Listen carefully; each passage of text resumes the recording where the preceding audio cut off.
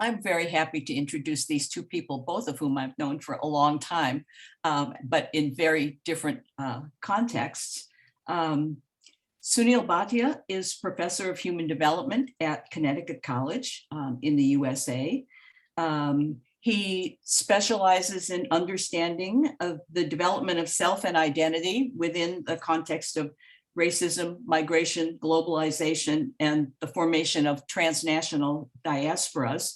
Sunil Bhatia's first book was called American Karma. It was a study of tech workers, workers in the tech sector in Connecticut. More recently, he's worked on young people in India working in call centers. And I think, Sunil, you have some even more recent work than that, which you may want to talk to us about.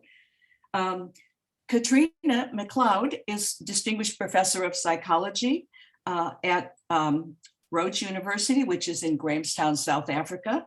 She is a SARCHI chair. SARCHI stands for South African Research Chair Initiatives of Critical Studies in Sexuality and Reproduction. And she indeed studies socially situated aspects of sexuality and reproduction. I know quite a bit about the work of her students about safe and unsafe abortion in the African continent, on work on LGBT experiences, and so on. Katrina is also editor-in-chief of Feminism and Psychology, and I have been inspired working under her direction as editor-in-chief. Feminism and Psychology is an international journal of critical feminist inquiry, and many, maybe even most of the things that the journal publishes use various forms of qualitative inquiry. So she's well suited to be part of this, both because of her work on decolonial studies and because of her work on feminist inquiry.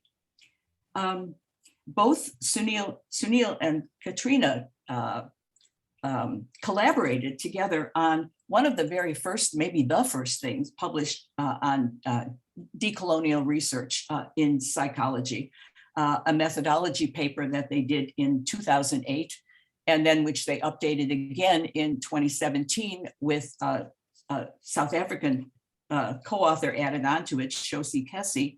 And then later they collaborated more recently on a special issue in Feminism and Psychology on feminism and decolonizing psychology with Wen Liu, who was then, I think, just finishing her graduate degree at CUNY. I'm seeing Michelle Fine nodding to me, so I know I'm not making a mistake there.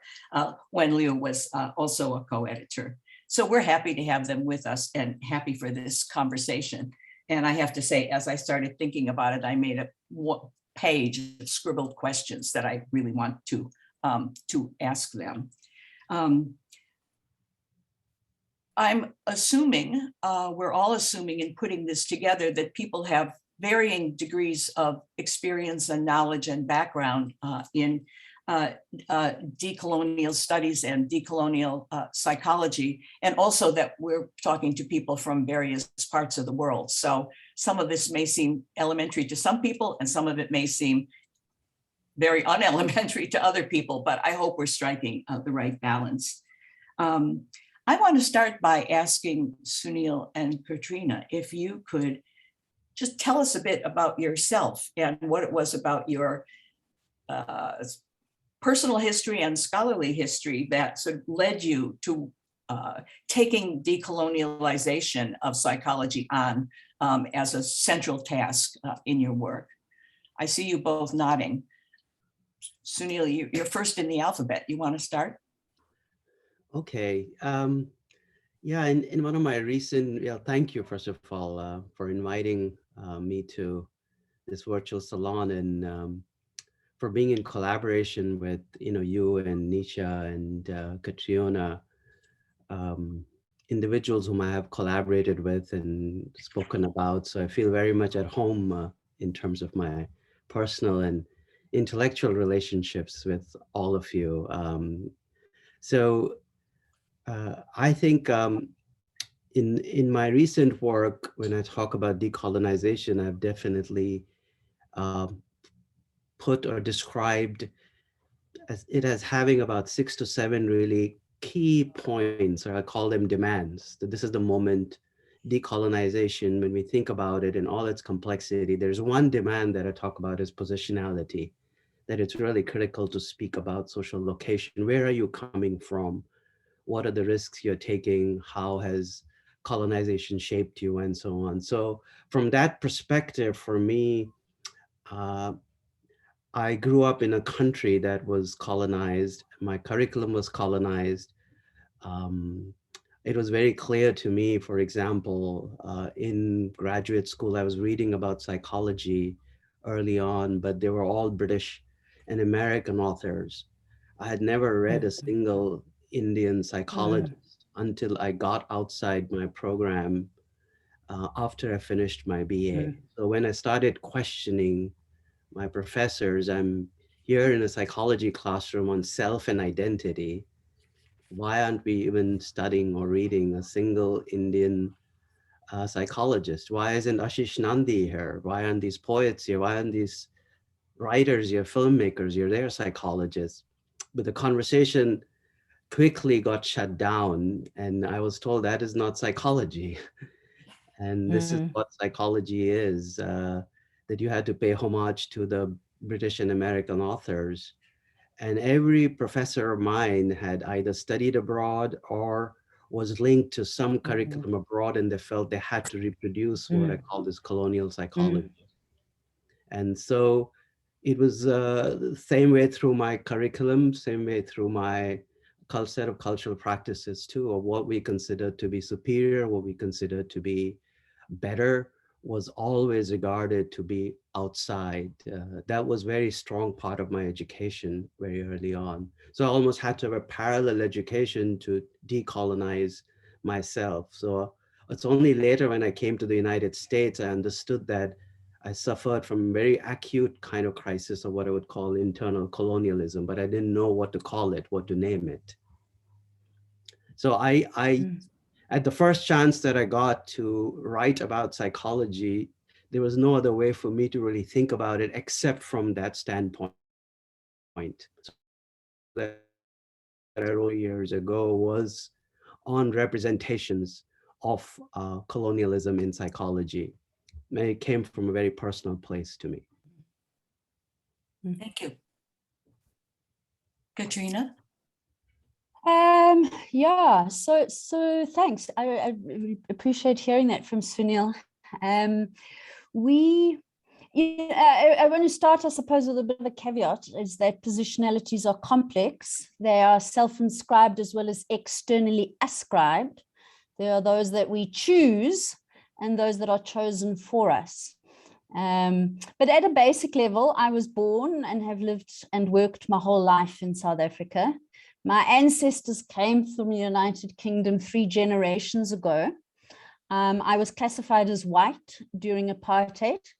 That classification continues to adhere to me and to others in South Africa. It's continued to, the categories, the apartheid categories of African, Indian, colored, white are used for employment equity purposes still. So yeah, that's sort of part of the way in which these things are chosen for us, I suppose. I'm also a cisgender woman, a mother, a life partner, an academic, to name, various positionalities. But with that as sort of a background, why and how, I suppose, would somebody like me with a history of white privilege become interested in decolonization within psychology? And I think that it is, there's 3 answers, when I was thinking through this. The first is that whiteness or whiteliness, we prefer to call, which demonstrates its sort of socially constructed nature. I mean, this country takes on a particularly ugly hue, which you can't really ignore. Perhaps in other places it's easier to ignore. And that still continues. The ugly hue of whiteliness continues many years, even many decades of non-racial democracy in South Africa. And so I think that part of my kind of quest, I suppose, is to recognize this and to build a more humble, more open, more humane form of whiteliness. But the second, I suppose, is also that racialized systems of oppression here in particular, but it cannot sustain itself in coherent form. And so there's multiple fissures and disjunctures that illuminate its arbitrariness, its inhumanity, and its deep harm to all concerned, the colonized as well as the colonizer. And so once one sees this, I think one can't look away. And then the third one is a firm commitment to reparation. So those of us who are implicated in the benefiting from the privilege of whiteliness, and that happens to all of us who have pale skins. We cannot escape it, whether we choose whiteliness or not, but it chooses us. And so I think we all have a moral duty and an obligation to work in ways that undoes such whiteliness, to the extent that it's possible, and repairs the harms that have been done in that space. Thank you. The second question that you guys have posed for this is one that you've sort of gotten into already with the first one, which is to say what the term decolonizing psychology means to you and why that stance is important. I don't know that you might have some things you want to add to that, Sunil. You started talking about the demands of decolonized psychology, and you also did.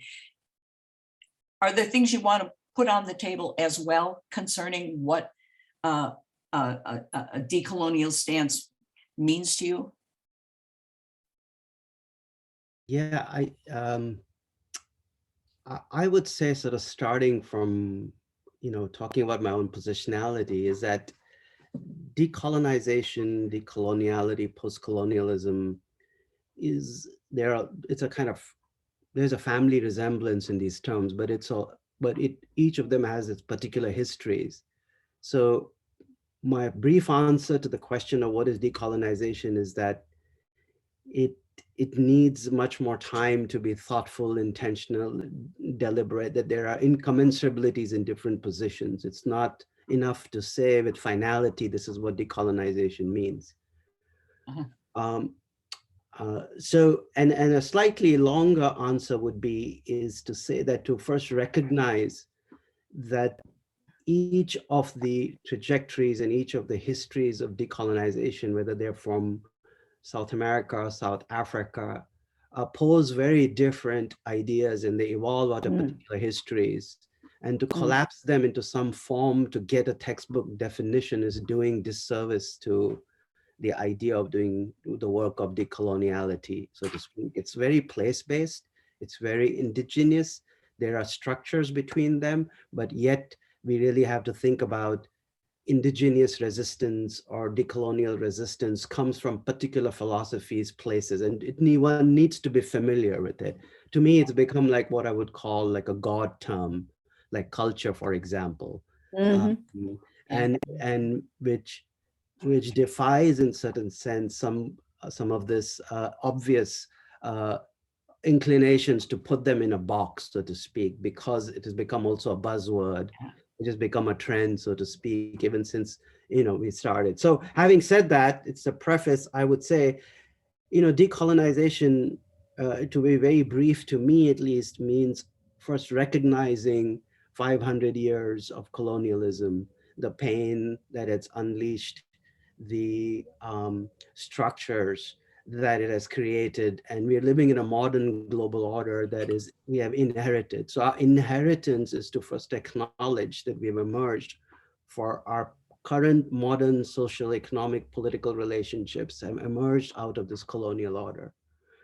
And so once we recognize that, we have to then think about the ways in which, especially the fields of psychology, have now complicit in creating that colonial order.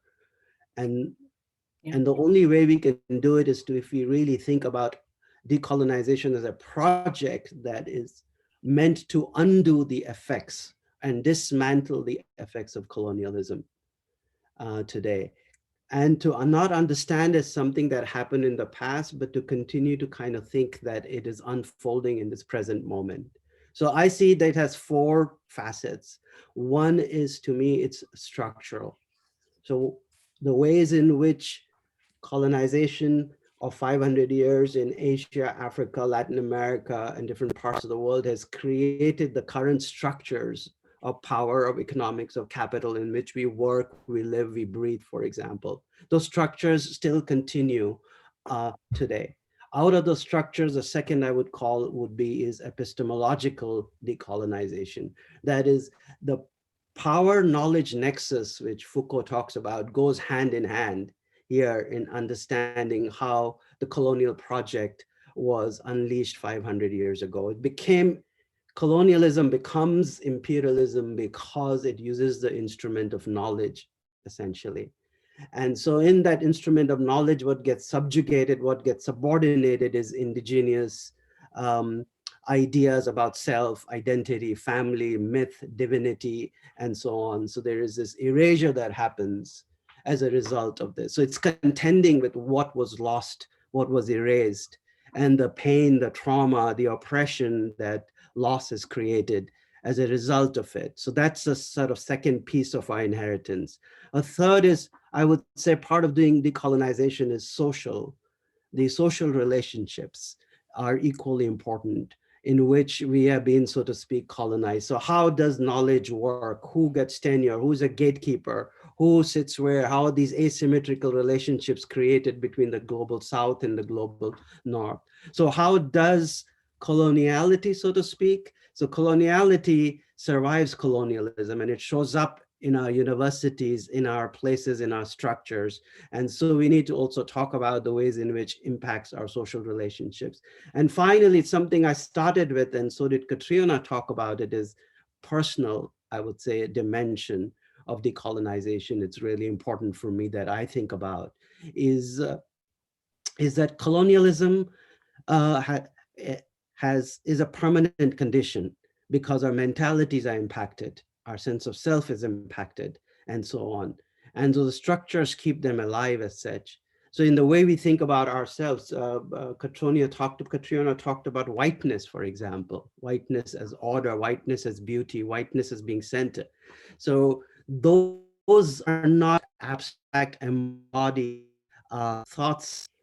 These are sets of practices that have been created that we live with on an everyday basis. Who gets called, whose story is written, for example, who are the subjects of psychology. So my book, Decolonizing Psychology, speaks about this fourth part, which is personal, that 356 million youth, they're such a large part of humanity, are completely obsolete from psychology.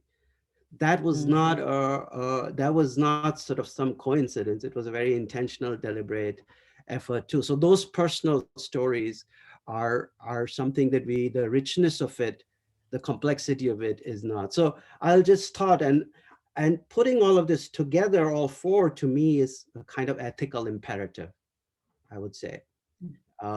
Underlying this is that undoing, dismantling, supplanting, disrupting cannot happen without understanding that there is a ethical imperative of this global moment, because we also have something like 2.7 billion people in this world who are chronically hungry, unable to access food. So those colonial imprint that we see in our living conditions is very strong.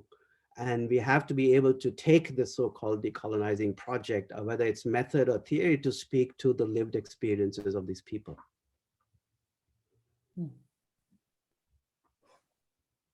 Katrina? Sure, thanks. I think my input sort of builds on what Sunil has said, because I'm concentrating specifically on psychology. I suppose the praxis of psychology is both a discipline and a practice and a profession. And for me, if we want to be talking about decolonizing psychology, and I agree that to try to find a kind of neat definition of decolonization is difficult. but I think some sort of quite practical things that one can do. The first is to pluralize psychology. It's psychologies, and to recognize that there are multiple forms of psychology. But the caveat here is not to bifurcate forms of psychology into that which we usually do, that is cross-cutting international universal, i.e. read Euro-American psychology, and indigenous psychology, i.e. that is practiced by others, Africans, Maori, etc. Recently, I had an experience of this is an purposefully international society that I belong to, and they were proposing to institute various awards, early career, lifetime, etc. And then one of the awards was for indigenous psychology. And my argument there was that if we want to decolonize psychology, it's not about adding on indigenous psychology as if it's something kind of exotic, but rather to recognize that the European brand of psychology is in fact an indigenous psychology as well. Although it has become dominant through various processes of colonization and neo-colonialism, and you know, I mean, Sunil's talk about learning. I'll then talk to my experience of teaching psychology, and this is again an important one: is context, context, context. You know, I don't teach anymore. I only do research, but I used to teach developmental psychology at first year level. And, you know, the textbooks that we used simply didn't cover the experiences that our students would have had. So we had to go a lot outside of the texts. You know, a simple example is that if I hadn't taught about malnutrition, for example, and its effect on cognitive development, that would have been an enormous oversight in the context of South Africa. Transition to adulthood. It's not about adolescence in many parts of South Africa. It's about initiation rituals, ulwaluko, they call it, when boys turn to men. So the notion of adolescence in many respects doesn't have traction. So it's about, you know, having the context and building up the knowledge base and having enough resources to put those texts together for our students that speak to their particular contexts. There's also the question of who is underrepresented and why. So we've done some research looking at who is being researched in South Africa, looking at research coming out from South African psychologists. And interestingly, it's middle-class people who are studied, urban people, rural people, just about as if they don't exist. And of course, university students are overrepresented. So that's the other question, is asking who is being studied. It's also about understanding and overturning particular assumptions made in the development of our research tools, is to look carefully at what are we saying in our research tools. One of the things that I'm very keen on, and I suppose there's a certain sort of personal kind of gain in this, but it's just to undermine the skewing of academic resources to the global north. I'm talking about funding agents, publishing houses, conferences, etc., that are so much more accessible, and even if they are given to the global south, in some ways it's because of the global north's, you know, they decide on what's important. We've spoken about reflexivity and positionality, so I don't think I need to go onto that, but it's also about being really careful about how global north scholars excavate the global south, people and their researchers, to get publications, etc., and build their own careers. But why is that important in research, all of this? I don't think that everybody has to use a decolonizing theoretical lens. There's a lot of lovely theory that you can draw on if you want to do specifically kind of research that uses a decolonial theoretical lens. You can go to Said, Baba Spivak, and Lovo Gacheni. There's a whole load of them. But I think what's really important is to be tacit, to be constantly aware of tacit assumptions that are made. So I'll give you another example of a different international organization. Now, the international is the important part that I've belonged to. And I received a newsletter. It says fall issue. Now, we don't use fall in this country, it's called autumn. But in any case, I did have to point out to the persons that sent it to me that in fact, in this part of the world, the weather was getting rather warm and we were looking forward to a lovely summer, you know. And so it's those kinds of, that might sound like a small thing, you know, calling it a fall issue, just change it, you know, but it really kind of speaks to the real kind of embedded assumptions that are made and that are often not inspected, even in fairly critical circles within psychology. Can I just add very quickly, Jean, to what Katrina was saying, just as an example? Just to add to that, I think there are two more points I want to build from where Katrina spoke about very clearly the ways in which, this is the piece I was talking about, the knowledge power nexus, that is the way the global South and the circulation of knowledge occurs in both the South and the North. So you have gatekeepers, you have people who are essentially considered as producers of knowledge. So for a very long time, when I was studying in the university, culture was everywhere. Culture was outside, culture was in rituals, there was culture in the four traditions, the main religions in South Asia, from Sikhism to Christianity to Hinduism to Islam. And you had close to about 1.7 billion people living in those geographies.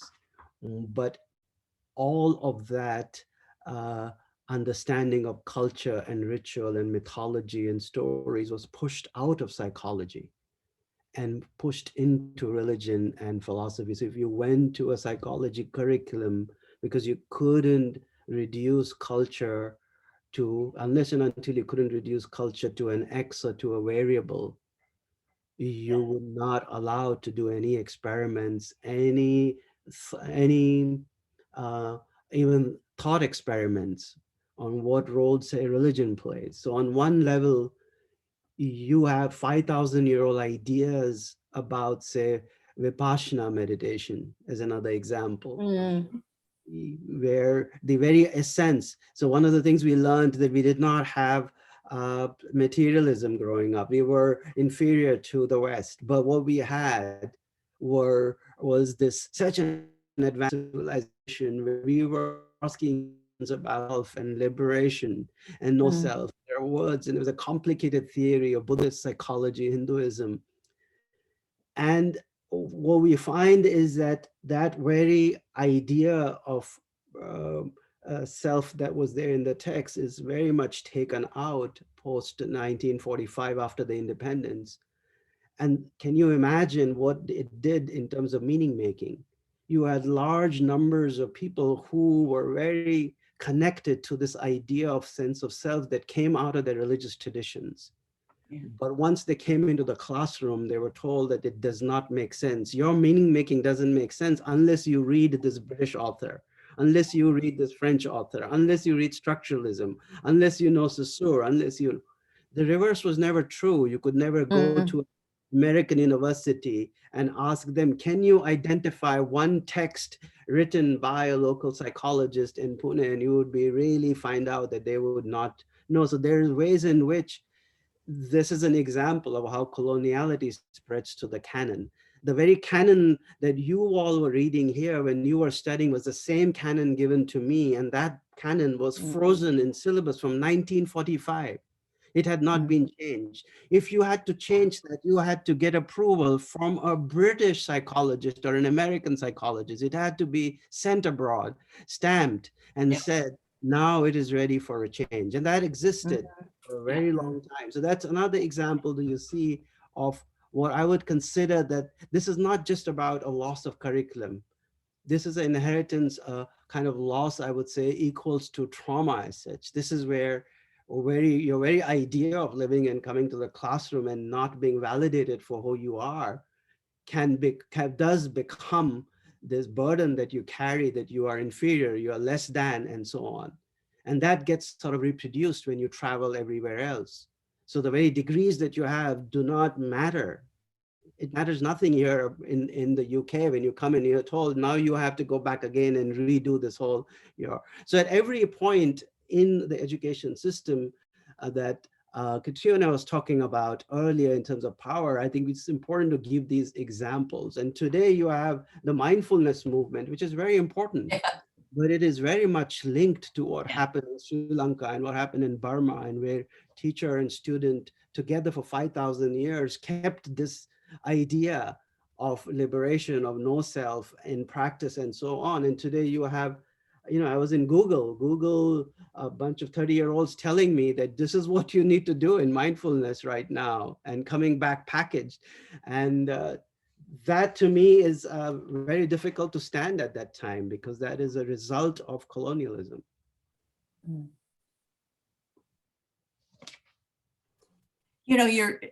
I don't want to get us way off the track here, but I'm going to say something that I hope we can come back to.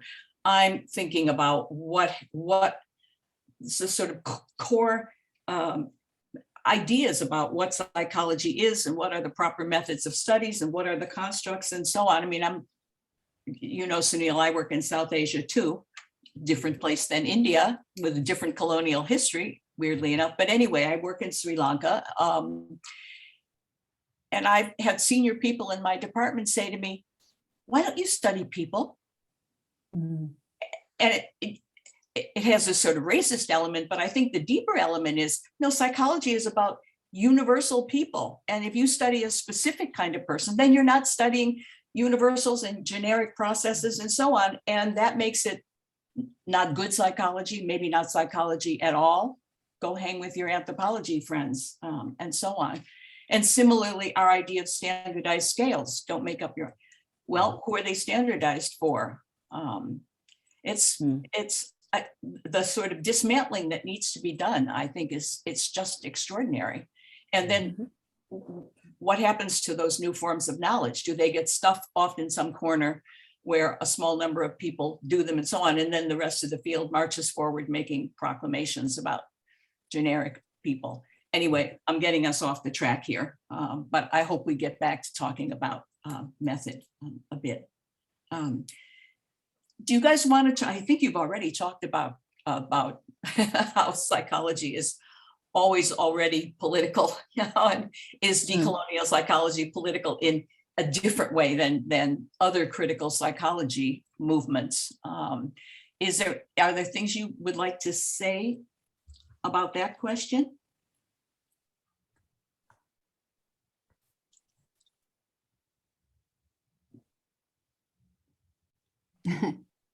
Katrina, it's your. Okay, I can go ahead. Well, I mean, I think that the important thing, in the chapter that we wrote together, we speak about the politics of location, the politics of representation, the politics of practice. And I mean, we've spoken a lot about positionalities, about location, but it's also about epistemic location as well. And to define where you're coming from, but also to acknowledge and respect and inspect the privilege of academic discourse. Even critical academic discourse as well needs that kind of lens as well, and to ask questions about what counts as indigenous accounts or native accounts, and here we get kind of mixed up in the notions of voice and silence and how those intermix, and how that then kind of that obviously then kind of dovetails and bleeds into the politics of representation and the understanding of how the authorial self, the researcher, the academic inscribes the other But in doing that, there's an intertwining of multiple voices and silences. It's our voices as well as theirs. So in representing the other, we are representing ourselves. And of course, I mean, I love the idea of the multiplicity of insider and outsider relationships. I think that you're never always an insider, you're never always an outsider. And that's, I think, where the whole notion of decolonizing psychology becomes so complex, because there aren't neat kind of like groups of people, because we bleed into each other in complicated ways. I think that one of the important thing that the decolonial psychology does is that it starts to it understands periphery and center, and how we start to ask questions about why is this the center and why is this the periphery, and in a sense, writing back, there's that from the sort of literary post-colonial theories, the whole idea of writing back, but there's also the researching back, which a lot of the kind of methodologies that looks at more kind of indigenous ways and respecting of indigenous ways of being, etc., look at. And to understand that both the colonizer and the colonized need to be subjects of inquiry, to avoid the kind of idea that they're completely separate. In a sense, those again bleed into each other. And also acknowledging that the other, with the capital O, and the other, of course, comes in various forms. They come in the pathologized form, they come in the exotic form, they come in the absent trace form, as in invisible, the silenced form, etc. But the other, the colonized, always already inhabits and defines the center or the norm. And I think that's possibly something that is, something that decolonial psychology brings, that's different to other critical psychologies.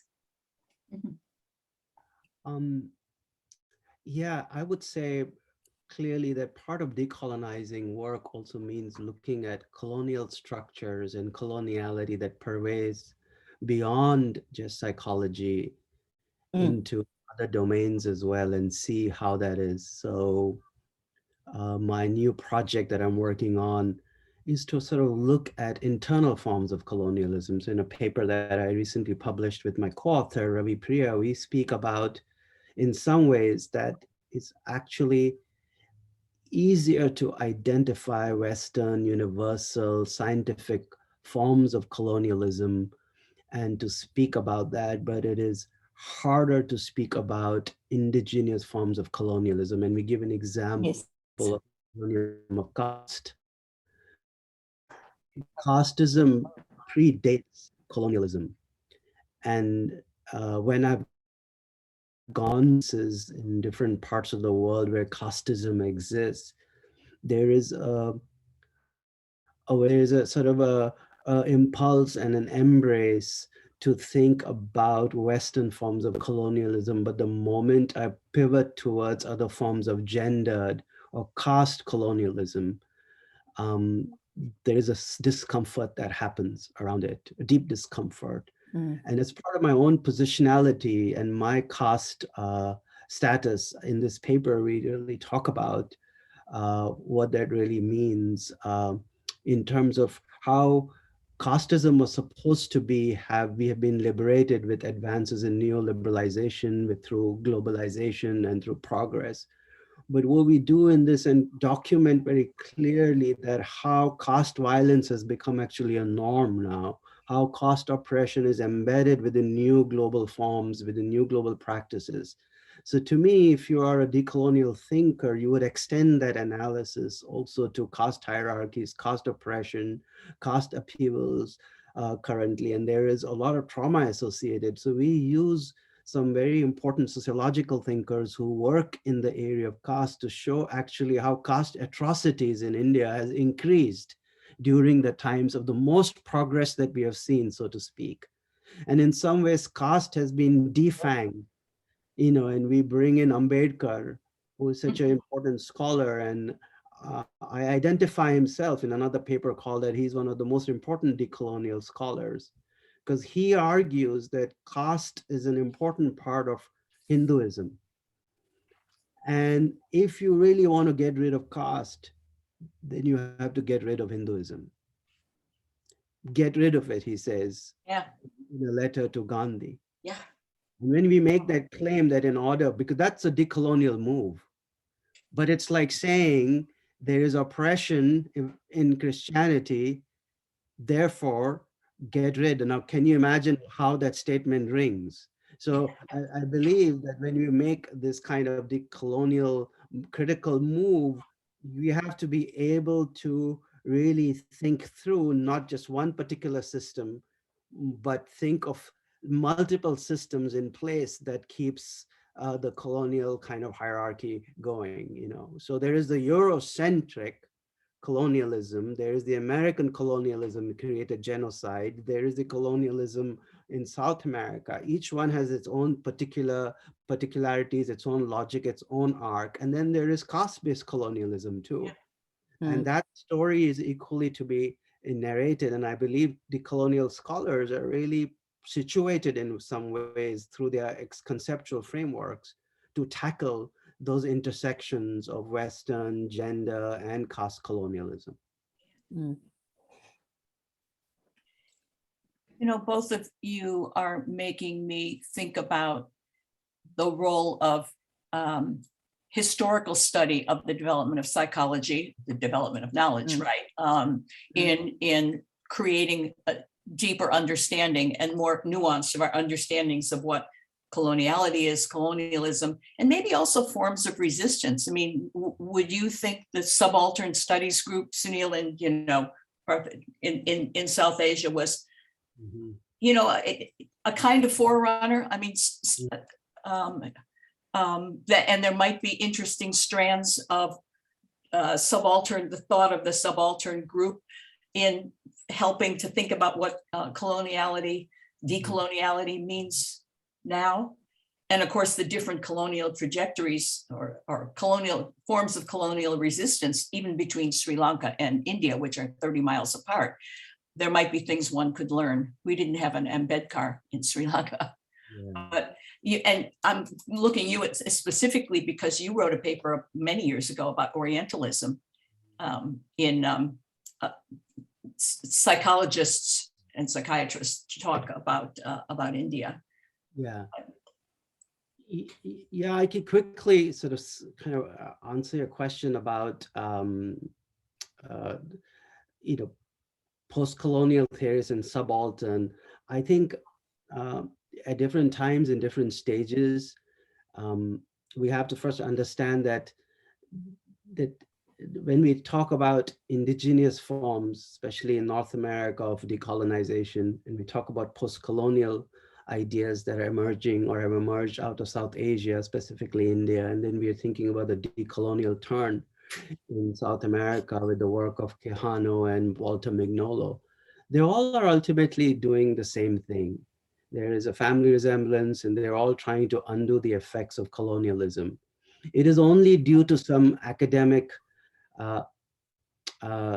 territorialization and academic turf matters at some times that there's been this question of which came first, which is about culture, which is stronger, and so on. So Walter Mignolo, in his book, The Darker Side of Modernity, speaks very clearly and says that in some ways decolonial theory owes its debt to people like Baba and Spivak and Ranjit Gua, who started and the subaltern resistance thinking about it. But they go on and say that there are some conceptual differences. They're all walking, he says, in the same direction. So please don't make an Olympic competition out of it. He says, like you came first or we came first. The idea is that they are deconstructing.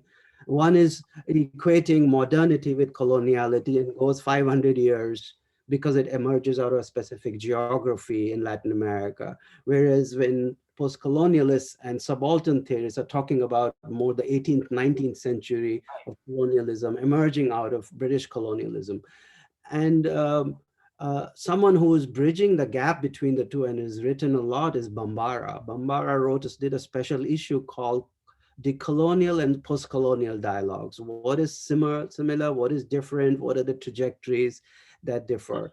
And she also makes the point that these individuals who are in the post-colonial realm or the decolonial are actually all diaspora thinkers, meaning largely they left their geographies, came to North America, and that's where so much of their thinking has happened, so to speak. And there are people back home whom they're writing about. Some of them have distanced themselves from these movements.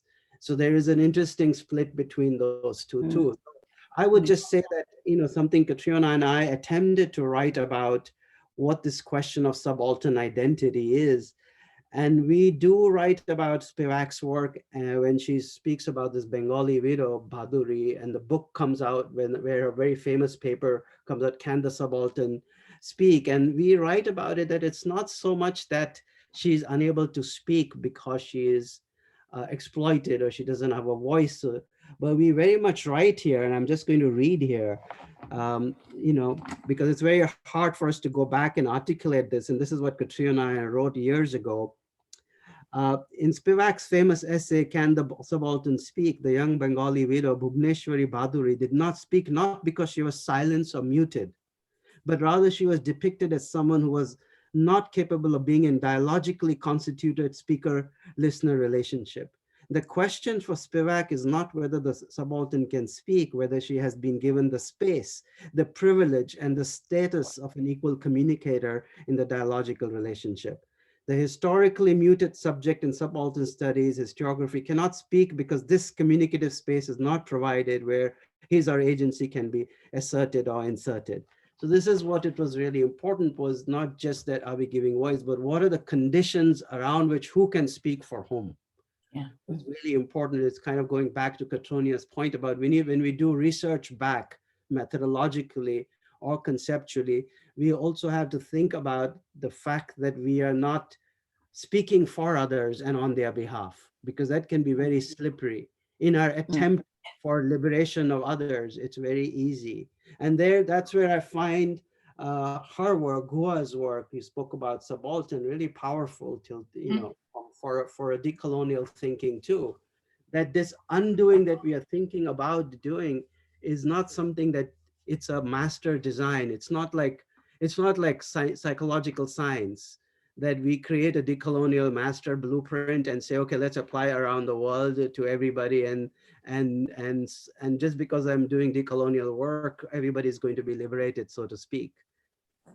So there has to be this need to pause, and even for decolonial scholars to think about whom are they in dialogue with, for example, you know, whom are they collaborating with, and so on. And, you know, and we know from, you know, Michelle Fine's work here about this whole idea of giving voice.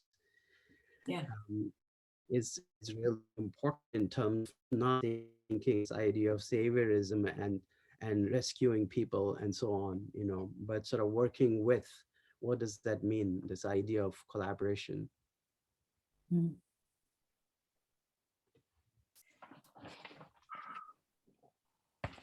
I'm thinking about many cases I know in Sri Lanka where I work, where the researchers who are educated, English speaking, studied abroad, and so on, Sri Lankans, you know, come back with the idea that they're going to save, you know, the rural whatever, and they don't, you know, the rural people are essentially left voiceless by good intentions. I mean, what is well-intentioned research? It makes it just another level of complexity in there. I want us to move on here. I think we're kind of backtracking a little, or maybe pushing ourselves more into methodological considerations, which is this question that you all indicated you wanted to talk about, and I do too, about cultural psychology and decolonial psychology. I mean, what I think we've kind of got on the table what are, I see similarities that, and I'm not talking about cross-cultural psychology. I'm talking about cultural psychology, which, you know, starts from a perspective of meaning making and looking at worldviews of people that are situated in culture, and mind and culture being mutually constitutive and so on. What's added to that to be decolonial? I think most cultural psychologists would be a bit upset to be told they were colonialist. Yes.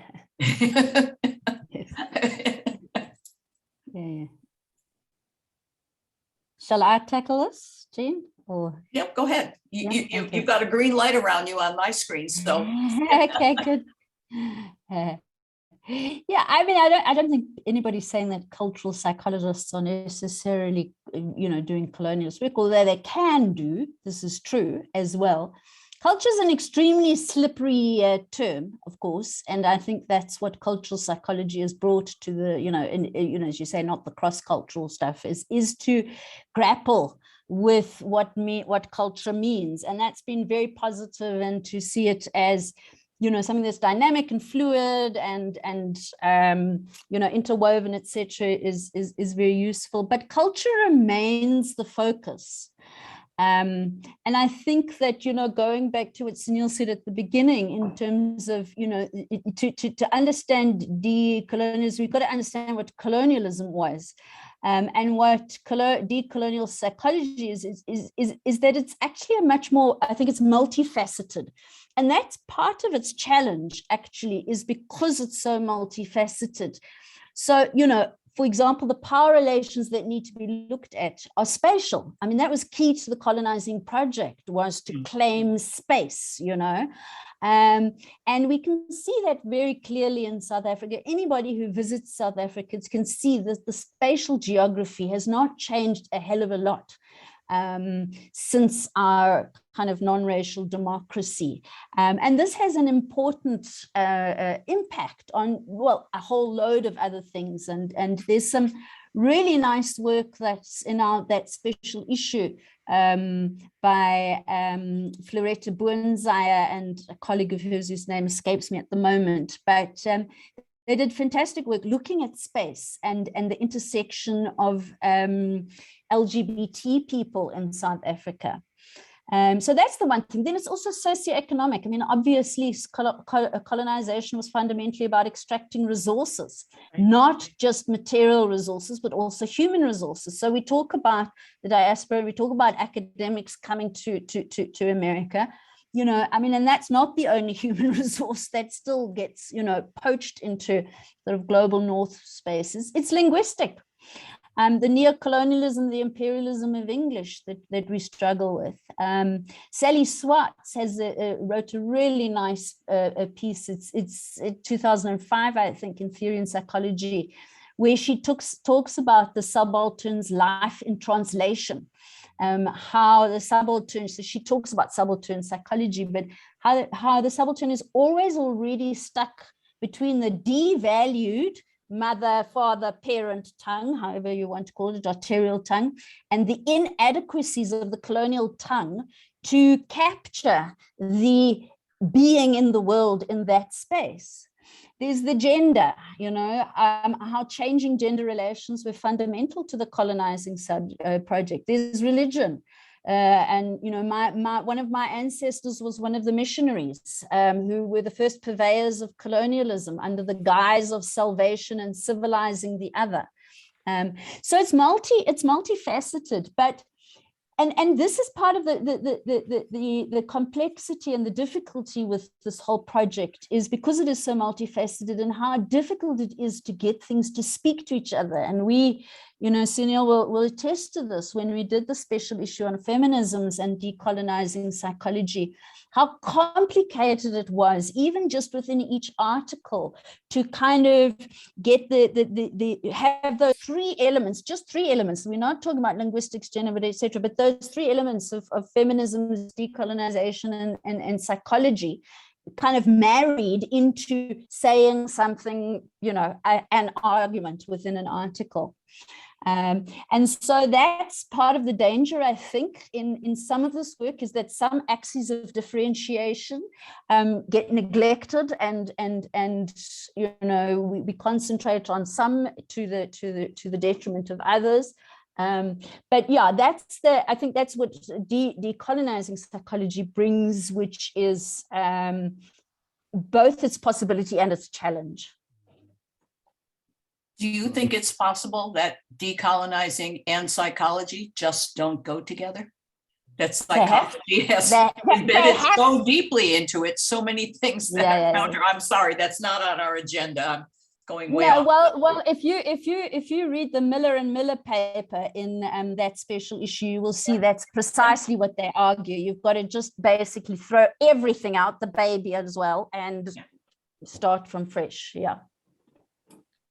Yeah, I would say, going back very briefly to the idea of cultural psychology, I think to me, you have to think about this in some much more historical terms. So when cultural psychology came on the scene, it was largely coming out of, Vygotskian traditions out of Europe into the United States, and they were critiquing behaviorism and Freudian psychoanalysis and the kind of universal understanding of childhood and human development and so on. So the scholars who are working were coming from, when they say cultural psychology, a particular cultural framework was also being applied. There wasn't necessarily a colonial analysis of power, of capitalism, of modernity as such that was being, used in that. So, and then cultural psychology has two right now dimensions to it. One is the anthropological culture as dynamic, culture as political. You have culture and narrative, for example. And then you have the other dimension, where almost cultural psychology is unrecognizable because it's considered culture and psychological science. So you have a group of cultural psychologists who are now only considering ways in which Eurocentric mainstream ways of doing experimentation can be mapped onto this idea of culture. So culture is stripped essentially of its of all of its complexity that we usually associated with its political. So it gets depoliticized essentially. So you have that group also doing the work. So in there, I would say there's no questions of positionality that we are looking at and so on.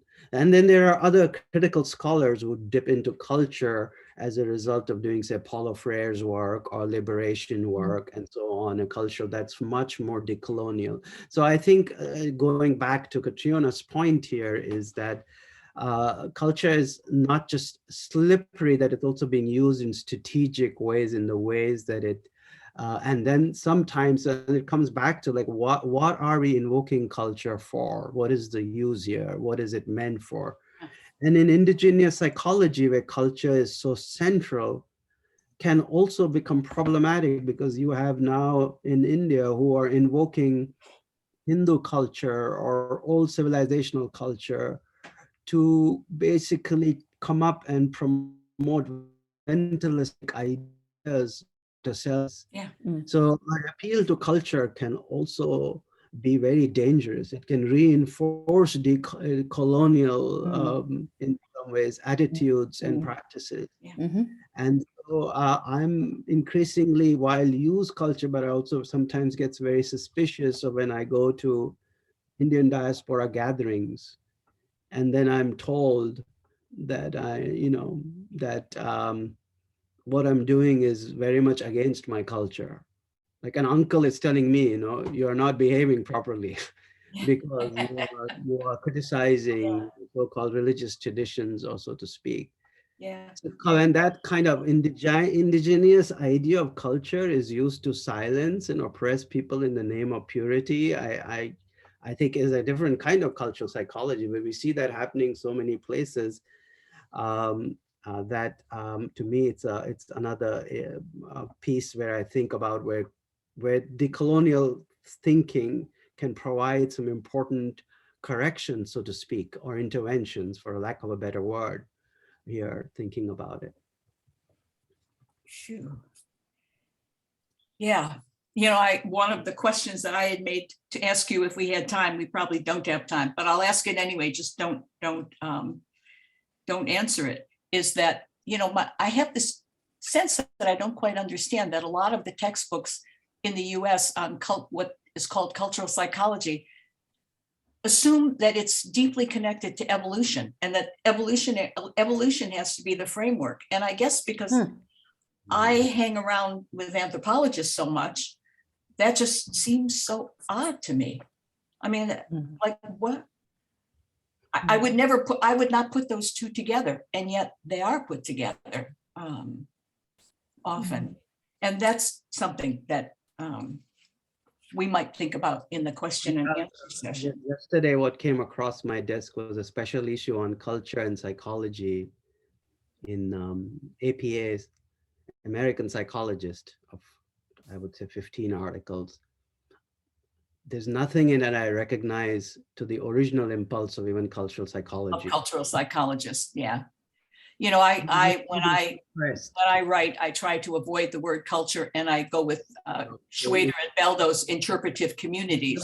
If you had to take Schwader's piece of what is cultural psychology as an interesting exercise, apply it to this current AP issue. That's probably a bad idea, right? You would not recognize in its any iteration. Forget about the colonial anthropological even idea of it, but just if you were to take it, it would be it's something else right now. I mean, you need 25 people put together to write today in a culture and psychological piece. But it's the way it looks. Sort of gets back to my question of is a marriage possible given the sort of accoutrements of orthodox psychology.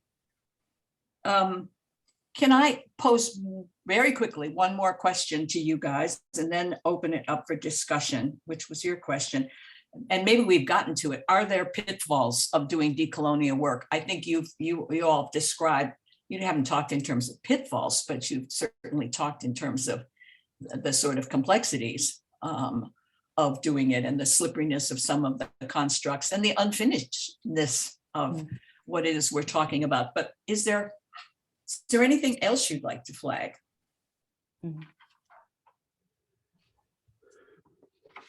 You can say no. Yeah, no. Well, I mean, for me, there's the danger of a myth of origin. Some kind of nostalgia for some hypothetical, mythical, peaceful past before colonization. I think, Sunil has spoken about that as well.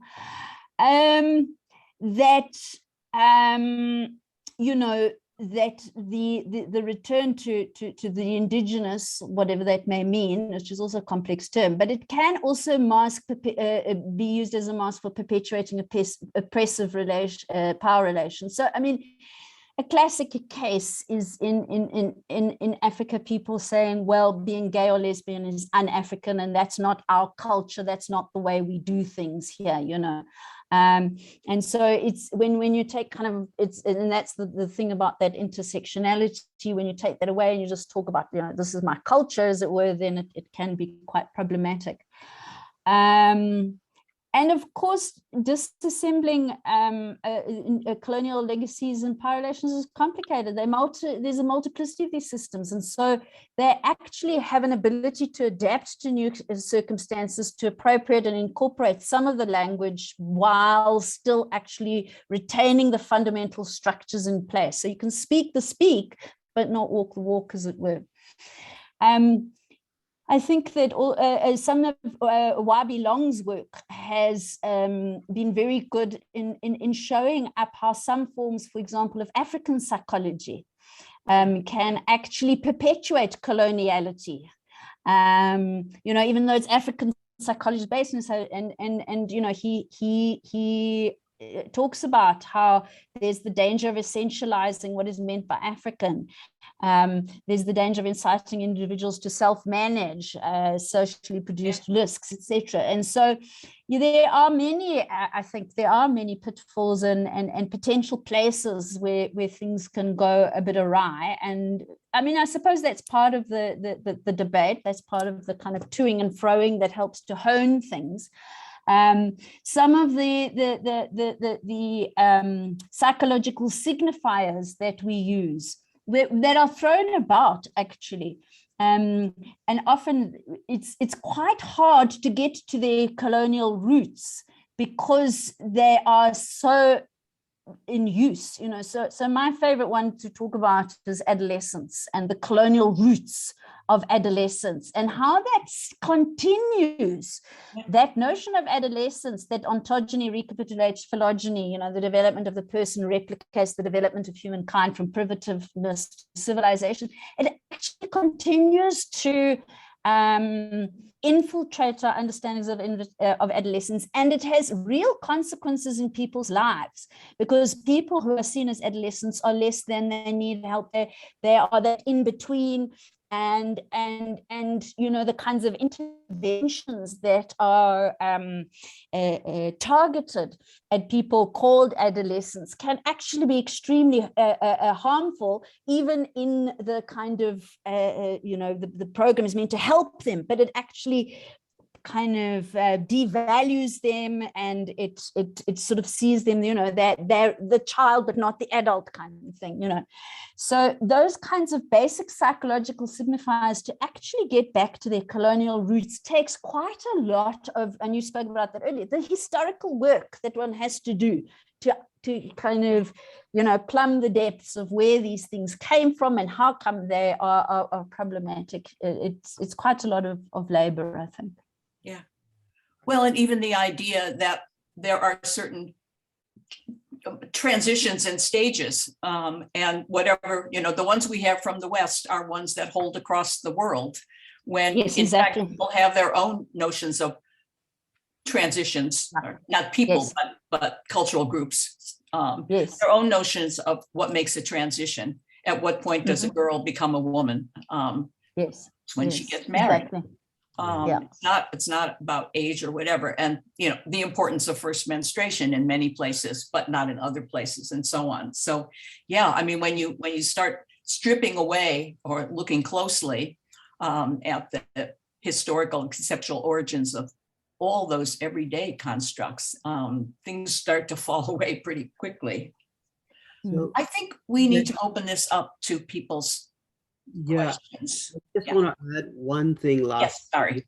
for 1 minute to kind of piggyback on that. I think it's really, I've been really thinking about this idea of contingent collaboration advanced by Tuck and Yang, where they really speak about this idea that we cannot judge each other's decolonial projects by the same standard, but we have to come to understand the gap between our viewpoints, and we have to understand, you know, and work together in some form of collaboration where there may come a point where your decolonial project has no bearing on mine, she says, because I'm not talking about a field, she says, I'm talking about liberation of land.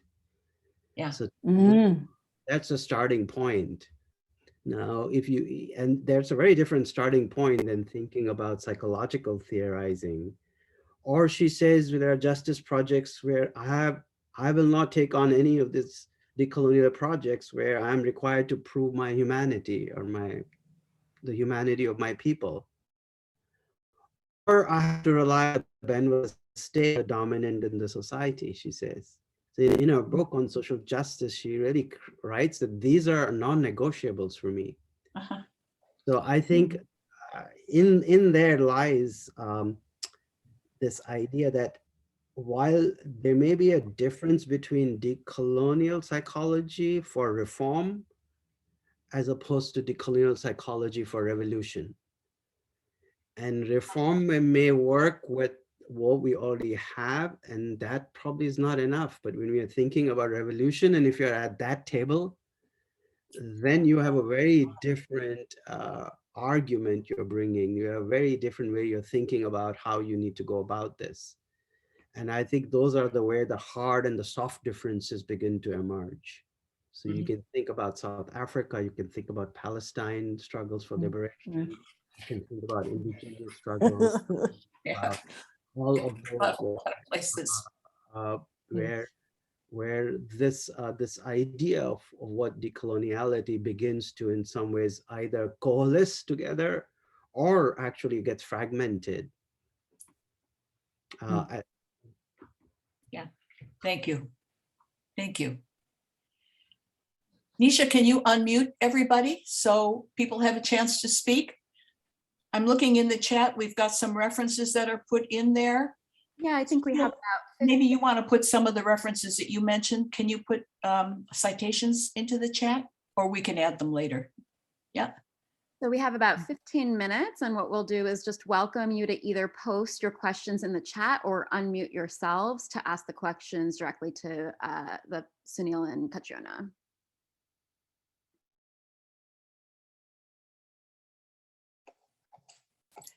People are not unmuted, Nisha.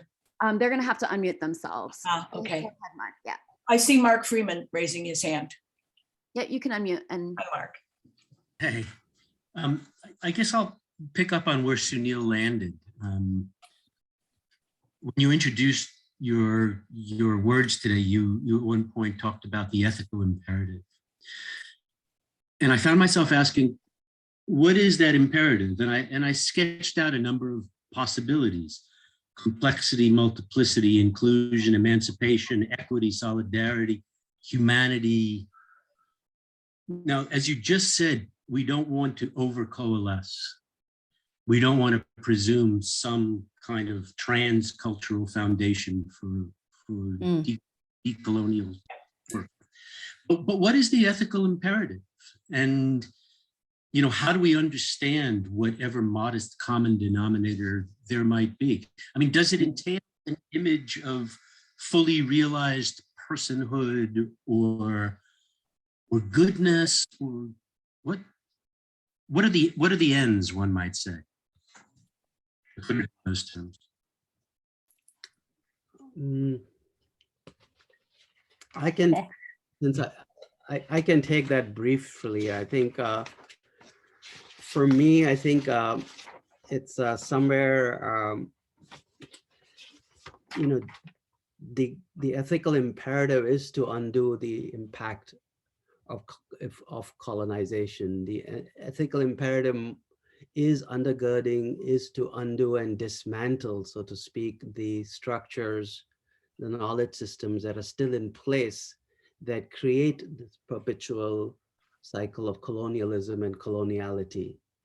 Undergirding that, I acknowledge at the same time that there are different agendas in which people and different emancipatory goals they're coming. So agenda may not be the right word here thinking. So here thinking about the field, thinking about social sciences also can have the same ethical imperative, because we are ultimately thinking about what does it mean for someone who's sitting, say, in South Africa, or someone who's sitting in India? What does it mean to represent their story in the field of psychology? That's an ethical imperative there. It's about giving due recognition to stories that have been eviscerated and so on.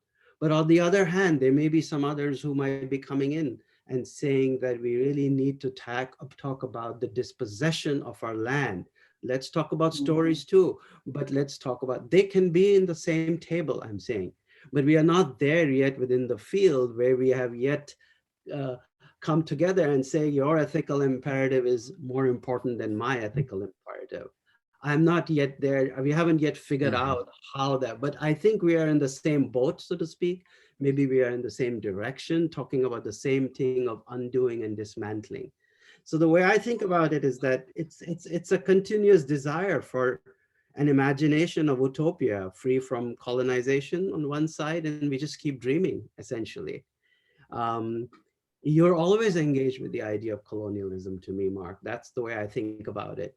You can, it's a continuous, it's like an impossibility of a dream as well, that you're always ever deferring depending on where you are. So that to me is, I would say, part of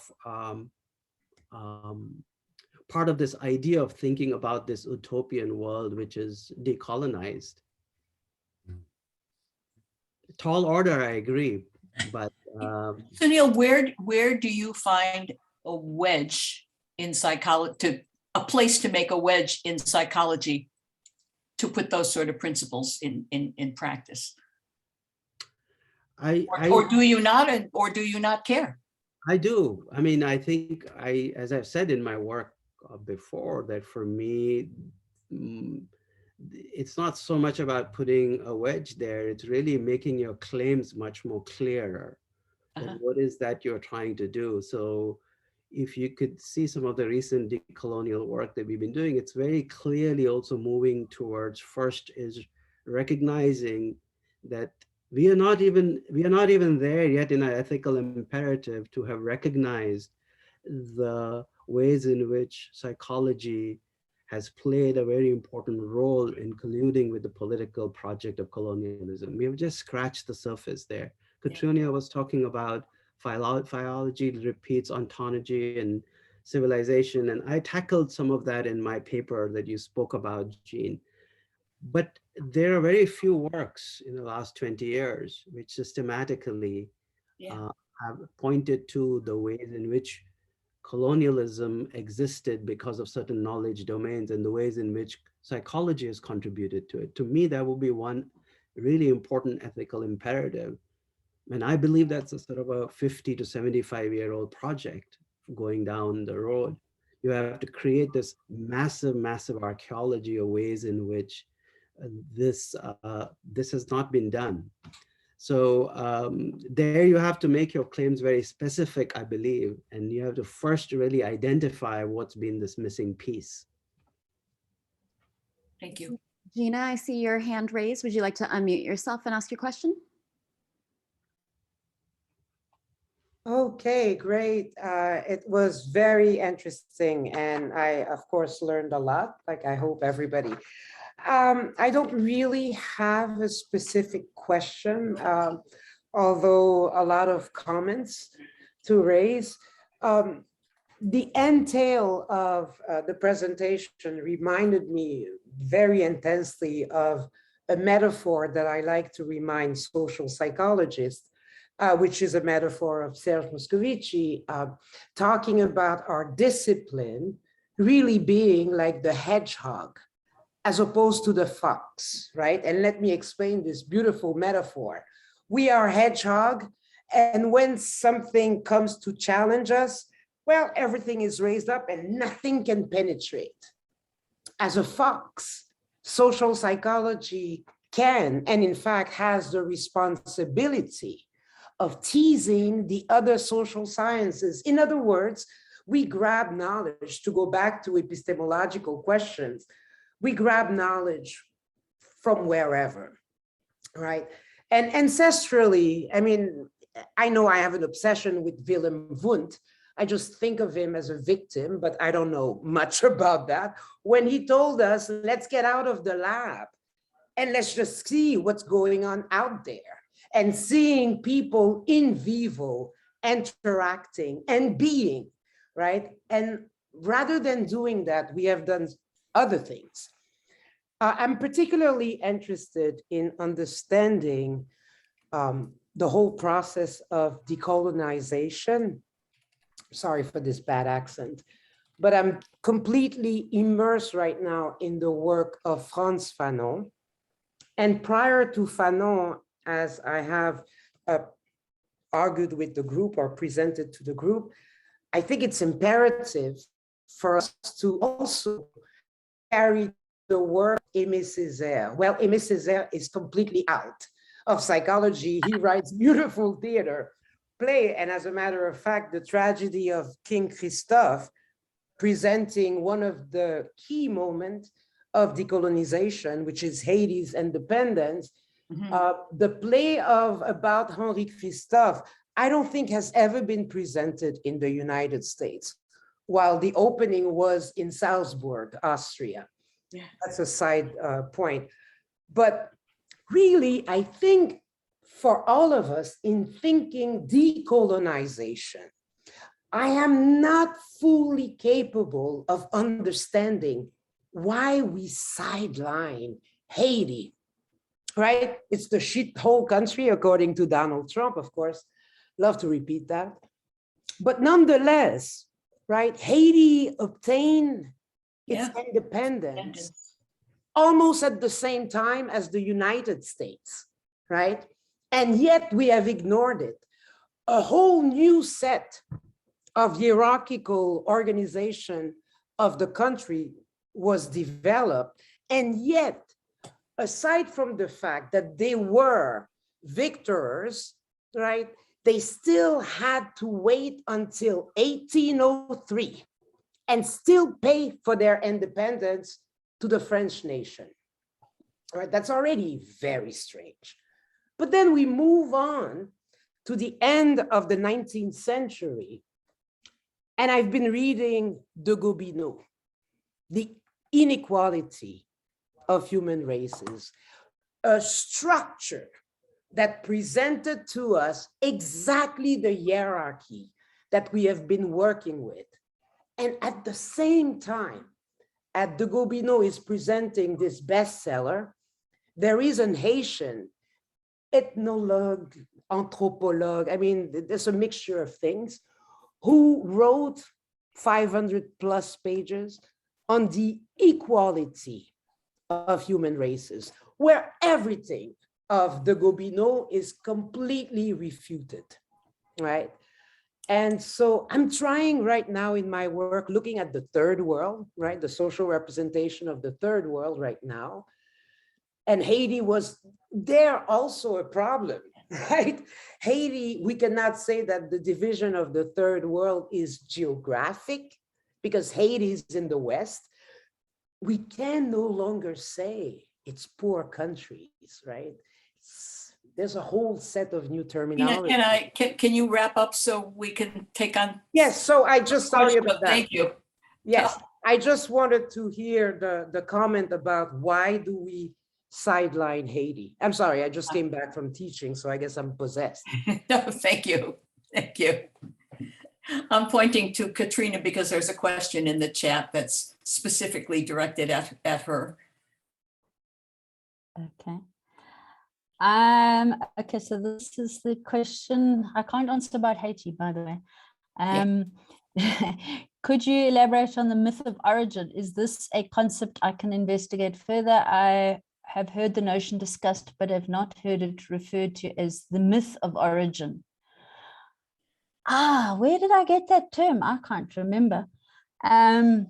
But I mean, essentially what it means is, and I suppose it's very pertinent within the context that I come from, because the kind of pre-colonial history, or at least early colonized history, is written to us via missionaries, traders, and so, you know, one's got to understand that it's you know, what they are writing. They think they're representing reality as it is, but obviously it's represented through their particular kinds of lenses of the world.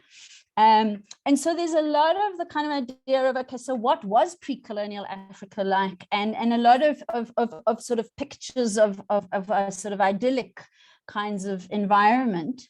Now, the environment was clearly different to what it was when it was before colonization, obviously.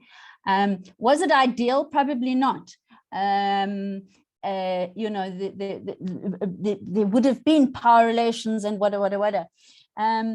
But so that's what that part of that is. The myth of origin is the sort of idealization of what went before colonization, but it's also the idea of which time in the past do we kind of still define and say that's the time we want to go back to, you know, or that's the thing that we want to you know. So that's, I think, part of the difficulty with decolonization is the idea of going back to something or another else, and well, that's clearly not possible. just and to add to what Tiona was saying, I think we also have to sometimes move away from thinking about what is decolonizing theory and what is method. What we are doing is methodological right now. Mm.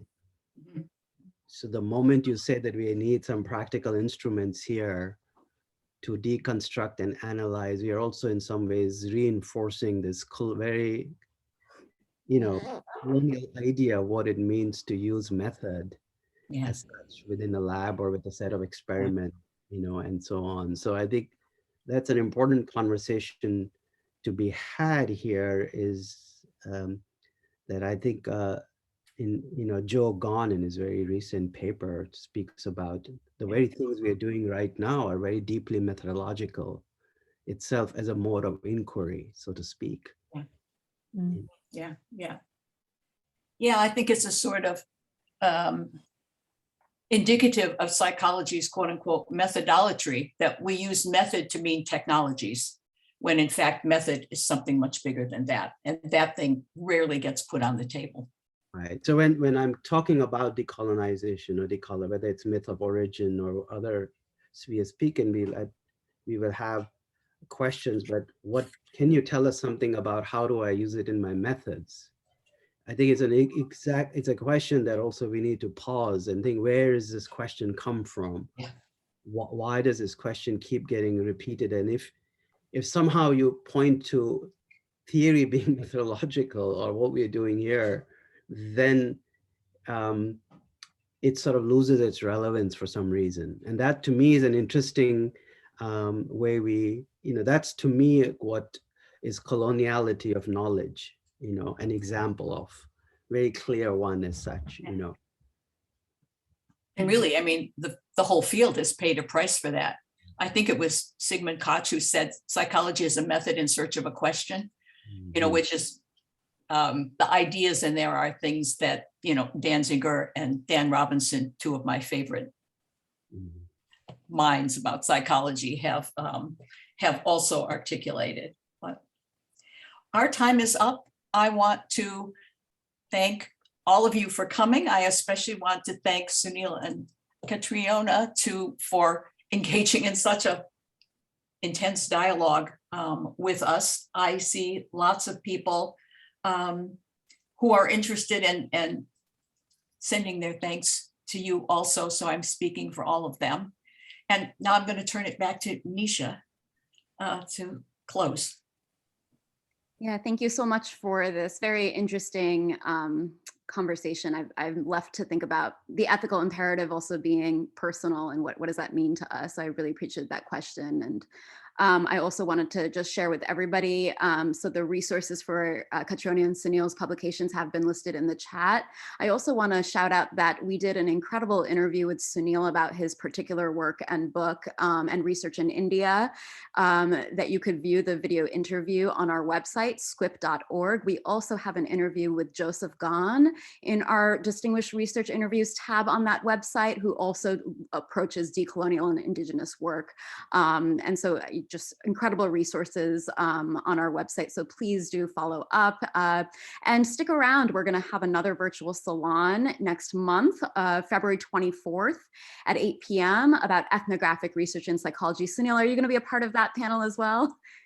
Yes, I think yeah, so you're doing a lot for us, and so thank you both to Sunil and Catriona, and for doing this in the evening. I know that it's very late for you, but we've learned so much, and we just thank you for the work that you've been doing throughout your careers. And thank you, Jean, for the moderation and the stimulating dialogue and reflection. So the video will be on in a few days on our website, squip.org, so you can share it as a resource. And yeah, thank you. Have a wonderful rest of your days, everybody.